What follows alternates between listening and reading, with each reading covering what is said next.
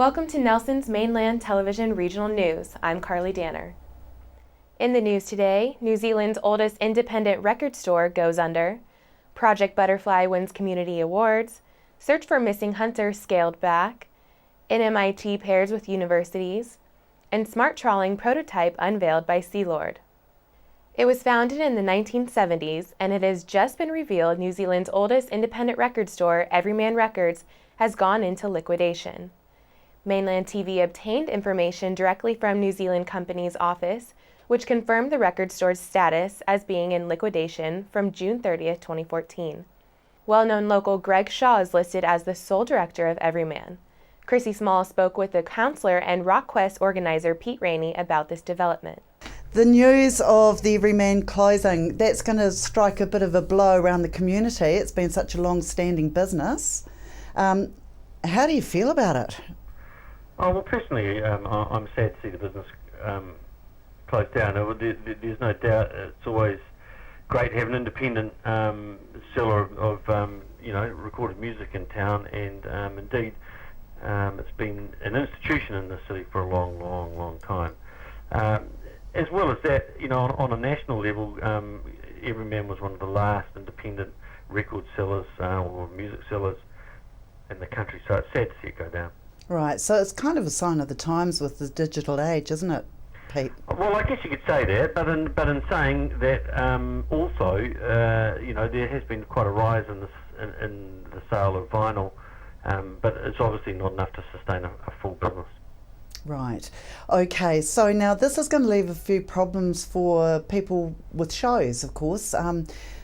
Going into liquidation, there'll be some money owed, and I'm just curious at this stage, where would you suggest people could buy tickets from in future? I mean, there's just no other retailer that seems set up to be able to do ticket sales, is there? Well, that's not quite correct. I mean, the Theatre Royal is a local agent for Ticket Direct, and indeed there are other outlets for Ticket Direct, which is arguably the biggest ticket seller or ticket reseller in the city at the moment. So there's plenty of places that people can buy tickets physically around town at Ticket Direct outlets, or obviously people can buy stuff online. But you're right, it is something that we need to consider, and certainly the activities that were undertaken by Everyman, and as far as ticketing is concerned, or selling tickets is concerned, is something that will need to be replaced potentially in the community as well. Right. So losing such a established business is really hard for Nelson. With the fact that council is looking at free parking, do you think this would have helped the Everyman if it had come in a bit earlier? I'm not sure. I mean, I think you're right in your earlier statement that this is a business that has been severely hit by a change in people's buying patterns in terms of recorded music. More people are buying music online or are subscribing to music services online. So I think that unfortunately it's a business that was pretty exposed to that. Whether free parking would have made any difference, I'm not sure. I doubt it. Yeah. I think that that people behind Everyman have been aware for a time that the writing was on the wall for the kind of business that they were in. Right. Okay. So sadly, a few shows are going to be out of pocket with this news, and I just hope Nelson can get behind those shows and perhaps turn out and make sure that we see full audiences at for example the one that we have, which is about mental health at the Suter. Yeah, I mean, I think that's a regrettable situation, and I certainly hope it's a situation that can be resolved between Everyman and that show. I mean, I don't know what the details are. Certainly people can still buy tickets for that show on the door, and That's I right. think it's a regrettable situation when this sort of thing happens. Yeah. Okay. Well, look, Peter, are you going to go to the show? Oh, I'm not sure whether I've got time to be able to do that. I'd like to. It sounds like it's going well. Yeah. No. It's of course it's musical, Yeah. and it's there's a lot of hard work gone into it, and it sounds like it's going to take everyone through the emotional gambit. So Yeah, no, it sounds like a great show, and it's good to see the publicity it's getting. It's excellent. yeah, great. Look, Pete, thank you very much for your time today, Chris. and yeah, I hope the impact of this closure doesn't impact too greatly on everyone. Same here. Quite agree. Yeah. Thanks a lot. A group of volunteers behind a healing memorial pathway that pays tribute to children gone too soon, called Project Butterfly, were on Wednesday night recognized at the Trust Power Nelson Tasman Community Awards as the supreme winner. Over 230 people gathered at the Rutherford this evening for the awards, which were presented by Nelson Mayor Rachel Reese, Tasman Mayor Richard Kempthorne, and Trust Power Community Relations Manager Graham Purchase. For winning the Supreme Award, Project Butterfly received a framed certificate, a trophy, and $1,500 in prize money. Project Butterfly now has the opportunity to represent the region at the 2014 Trust Power National Community Awards, which are being held in Wellington Region in March 2015. In total, various community groups received $5,000 through the awards. Trust Power Community Relations Representative Jess Somerville says, in a nutshell, Project Butterfly aims to help families who have suffered an unimaginable loss, the loss of a child. She said this empathetic group do this by introducing them to other people in similar situations, sending them on workshops, helping them pay for counseling if needed be, and they also support them with cooked meals too. Jess Somerville said on Mother's Day this year, Project Butterfly took flight in a more tangible form too, with the first stage of Memorial Pathway being opened. This pathway is beautifully decorated with colorful tiles that were created by the families affected. It's a place where parents can come and grieve, or siblings a place to visit that is not a cemetery, but it's very healing for the community too. Currently, there is no formal support for this type of tragedy in the region, and counseling is expensive. Earlier this year, our Joya Devine spoke with the founder of Project Butterfly, Rebecca Joy, about what the project does for grieving families. But first and foremost is we're building New Zealand's first memorial pathway, and each family are allowed to have a paver that they can decorate themselves, or go and collect things to put on the paver as a group, which is quite cathartic, I think, and have their child's name put in the paver. And that means that that child's name will become a part of Nelson's history. They're not just forgotten. And it's a place where siblings can go. Like, my oldest son doesn't like going to the cemetery or anything like that. So it's a place you can go and remember your child without it being so formal. And if there are funds left over from that, we're looking at setting up support networks and counselling, and helping with funeral costs or headstone costs or anything like that. 110 groups were entered into this year's Trust Power Nelson Tasman Community Awards. There were multiple award recipients in a range of categories. The search for missing local hunter Corey Aaron Stevens in the Wanganui River area south of Hokitika has been scaled back and will focus on the lower stretches of the river. The search effort to date has failed to locate any signs of Mr. Stevens except for 2 personal items being located in the Wanganui River, the second item being a distinctive hat. Concerns were raised on Sunday after he failed to return from a week-long hunting trip from which he was due out Friday, 27th of June. Several land search and rescue teams have scored out the valley, and a swift water rescue team had also been deployed on the main Wanganui River. Mr. Stevens has a hired personal locator, Beacon, which has not been activated. Nelson Marlborough Institute of Technology is partnering with 2 Chinese universities to bring joint education programs in viticulture and wine. NMIT Chief Executive Tony Gray recently traveled to China, where he made negotiations with 2 universities with strong backgrounds in viticulture and wine education. Under the program, students will study in China utilizing the NMIT curriculum, along with studying English. Those students then have the opportunity to complete a portion of their education in New Zealand through NMIT. Tony Gray said the key thrust from NMIT was to choose partners and programs that played to the top of the South region's strengths in areas where NMIT had value to add. Students can receive wine and viticulture training at certificate and diploma level, and even a pathway to the Lincoln University Bachelor of Viticulture and Oenology degree, which students can study at the Marlborough campus. Facilities on the campus at the NMIT Marlborough include a vineyard, winery, and a state-of-the-art lab facility inside the Marlborough Wine Research Center. A smart trawling prototype to protect the seabed has been unveiled by Sealord, which is being developed to provide skippers with a real-time view on the ocean floor and equipment while fishing, resulting in smart trawling and reduction in the impacts of fishing on the seabed. Deep-sea fishing that occurs in depths of over 200 meters and has prevented fishermen from being able to observe the fish, operating in the dark with guesswork as to how the fish behave when they encounter fishing gear.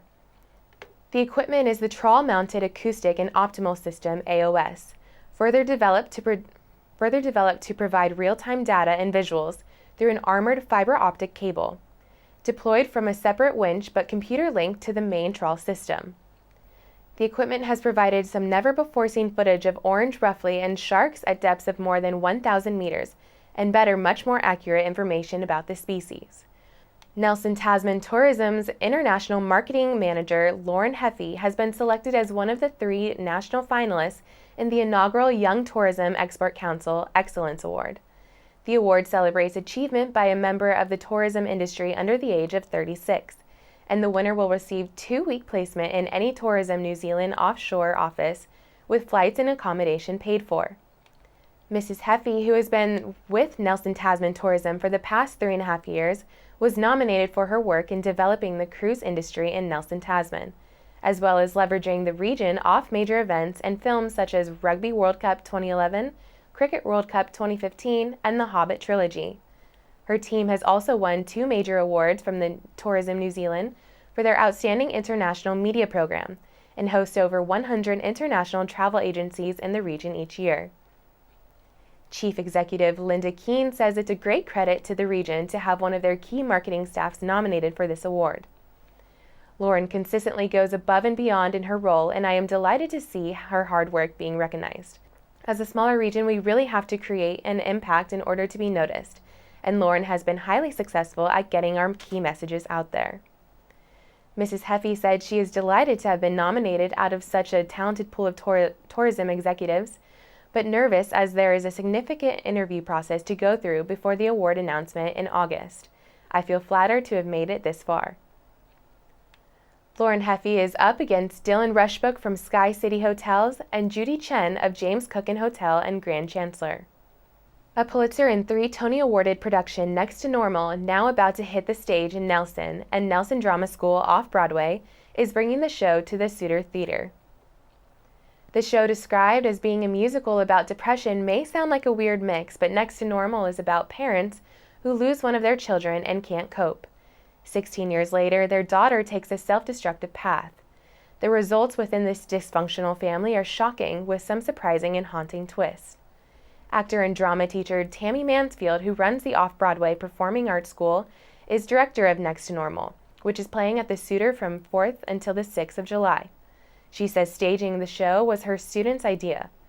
Chrissy Small spoke to Tammy about the musical and why students were inspired to perform it. Tammy Mansfield, you're the director of Next to Normal. Yes. This sounds like an exciting project. This musical would be extremely difficult. It's the subject material's difficult.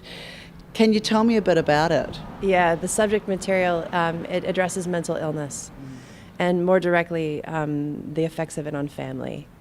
In this case, in the show, it really shows when the parent is going through a really hard time and getting a bit absorbed in their own hard time, how the neglect shows on the kids and how the choices the kids make, the teenagers will make, can reflect, exactly what's going on with the parent, even though there's been no communication about that. It's kind of like the unlived lives of the parents, and the lives of the parents is the most dangerous thing to the family, and that's kind of what the show focuses on. But it's also a little bit funny. Yeah.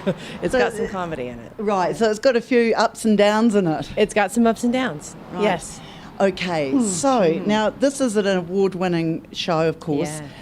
a lot of work. It's a musical. How long has it taken to pull this one together? We did this so fast. Normally, I would say 3 months to do something like this because it's such a big show. We did it in 9 weeks, and part of the reason of that is because the Suter is closing for a couple of years for renovation, and it had to be in this space. And I just knew that the show is intimate, it's raw, it's real, and it needed to be done in a place, in a smallish theater, to where the audience could see their facial expressions. How many students are involved in this production? There's 10 in the cast, and then there's another 2 in the band, and it's about 12. Right. People are surprised. We've had people come in and see some dress rehearsals, and they say, I can't believe these guys are 14, 15, and 16 years old. And we have like one 18-year-old, but yeah, they're doing great. Okay. Okay, so the show is how long? About 2 hours. Right. About 1 hour per act, and there will be a post-show discussion after every performance.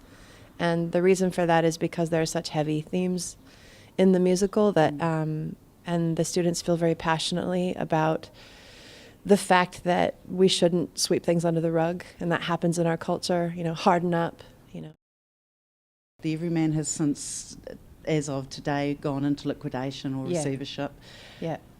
How much money have you lost through this? Everyman sold about 90 tickets, and so that's they're $20 a ticket. That's close to, it's $1,800 basically that I've been told that I will never see again. That's terrible when you think about the efforts and the hard work that's gone into putting the show together. Yeah. And we're all volunteers. Yeah. And, we're relying on community it's hard enough just to get the production up. And people have been so generous. I mean, we've had people help, and we've had, the incredible band. We have a full orchestra, and they're volunteers. Mm-hmm. And just to think that the production costs alone, they're not settled. They're on a credit card right now, and they need to be settled. And we needed ticket sales to make a dent in that. And, Right. So Nelson could rally behind you guys and turn out in droves and come and support this show. Yes. It's on for 3 days. Yes, 3 days but 4 performances, so Right. 2 on Saturday. Yeah. Okay, and all performances still have seats? Yeah, Yeah. they do, yeah. Okay, Absolutely. so if people want to come, how are they going to book now? Door sales, so we're going to open up 1 hour before each show. The show starts at 7, we're going to start selling at 6 p.m. There's a Saturday matinee at 2 o'clock, so we'll start selling at 1 o'clock. And we just hope there's a queue, and we're going to do our best to get everybody in, and truly, I like the way you said that. Could Nelson rally behind us and save us? And you're right, Chrissy, they could. Yeah. If people just come and see the show, give these kids a chance. Yeah. They're amazing. They're talented. They're passionate. Yeah. They're just not doing this just for the reason of pursuing their own dreams. They actually really care about what the play's about. I mean, it won a Pulitzer because it is the first musical to ever address mental illness. Yeah. And it's something that is so important to talk about. And it's so important to just be like, we all have problems. Yeah. So Tammy, okay, so Yeah. $20, everybody just arrive with their $20 notes, and it'll process things much faster, won't it? Exactly, yeah. And there's a raffle with really great big prizes, and so bringing a little extra cash will be good for that. Okay. And there'll be a little bit of food from Street Kitchen will be here, Great. giving us some treats from them. And I should say that it is PG-13. We're sort of hoping that families will come, especially families with teenagers, so that you can have those conversations with your kids. Yeah. Certainly the teenagers in the show will tell you that they think it speaks to them more than it speaks to adults. The adults will say, how are you doing this? This is adult themes. And so it's really good for both. Yeah. Yeah. Both. Well, our children are our mirrors, aren't they? Yeah, they are. Yeah. Okay. So then the theatre's closed. So this could be the ideal opportunity for people to get in to the Suter before it closes and have a brilliant show. What a way to go out. And these guys really need our help now. This is really important. We've got to back this because this misfortune shouldn't cost them. Yeah. Yeah. Thank you, Tammy. Thank you so much. And the best of luck. Thank you. Next to Normal will be Stage Off-Broadway, directed by Tammy Mansfield at the Suter Theater at 7 p.m. Friday, Saturday, and Sunday, plus a 2 p.m. matinee on Saturday. PG-13 is advised. After the break, we'll bring you the latest weather update and some events and happenings coming up from around the region.